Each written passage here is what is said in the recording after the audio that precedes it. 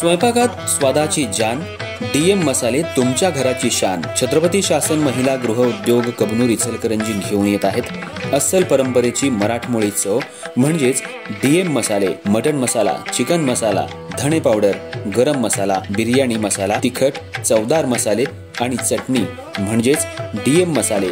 तर आजच आपल्या जेवणाची रंगत वाढवण्यासाठी केमिकल विरहित डीएम मसाले, गृहिणींच्या मनातले मसाले आणि चटणी अवश्य वापरा।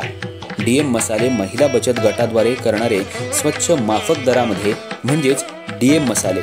संपर्क दिव्याताई मगदूम, मोबाईल 91 30 80 22 55।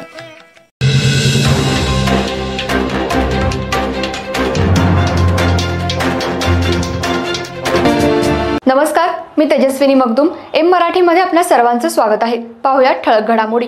इचलकरंजी शहरातील शहर वाहतूक पोलिसांचं नेमकं चाललंय तरी काय?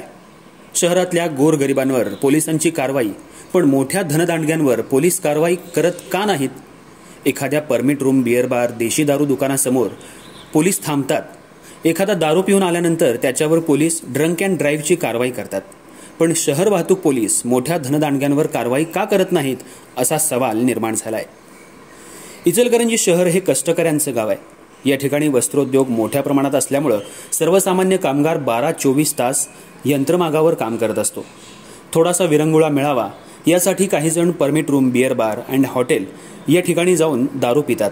दारू पिऊन झालं तर घरी जात असताना बाहेरच्या बाजूला रस्त्यावर शहर वाहतूक पोलीस थांबलेले असतात आणि त्यांना निवडून त्यांच्यावर ड्रंक अँड ड्राईव्हची कारवाई करतात। कारवाई करून त्यांच्यावर गुन्हा दाखल करतात आणि दंडही करतात। पण शहर वाहतूक पोलिसांचा गरिबाला एक न्याय आणि मोठ्या हॉटेलमध्ये जेवणारे, ड्रिंक करणारे यांच्यावर मात्र वेगळा न्याय। पोलीस त्यांच्यावर कारवाई का करत नाहीत? रोज वाहतूक पोलीस देशी दारू दुकान, परमिट रूम याच्या बाहेर थांबून रस्त्यावर दारू पिणारा व्यक्ती आला की त्याच्यावर झडप टाकून त्याच्यावर कारवाई करतात। पण शहरामध्ये मोठमोठे hotels, permit room, beer bar या ठिकाणी प्रतिष्ठित लोक आणि त्या ठिकाणची दारू पिण्यासाठी, जेवण्यासाठी जातात। पण वाहतूक पोलीस मात्र तिथं का जात नाहीत? मोठ्या आलिशान गाड्या घेऊन येणाऱ्या लोकांवर ते कारवाई का करत नाहीत? हॉटेल बाहेर जाऊन अशा बड्या लोकांवर कारवाई करून त्यांच्यावर दंडात्मक कारवाई करून त्यांच्या गाड्या जप्त का केल्या जात नाहीत? फक्त गरिबांच्या गाड्या जप्त करून दंडात्मक कारवाई केली जाते आणि त्यांच्यावर गुन्हा दाखल केला जातो। मात्र धनदांडग्यांवर पोलीस कारवाई का करत नाहीत? यातून वाहतूक पोलिसांची दुजाभावाची भूमिका दिसून येते।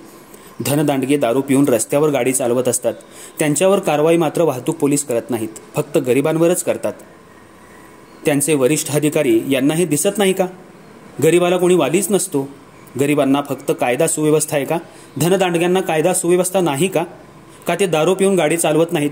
मग त्यांच्यावर का कारवाई होत नाही असा सवाल सुजाण नागरिकांनी उपस्थित केलाय। शहर वाहतूक पोलिसांच्या या भूमिकेमुळे नागरिकांमधून तीव्र संताप व्यक्त होऊ लागलाय।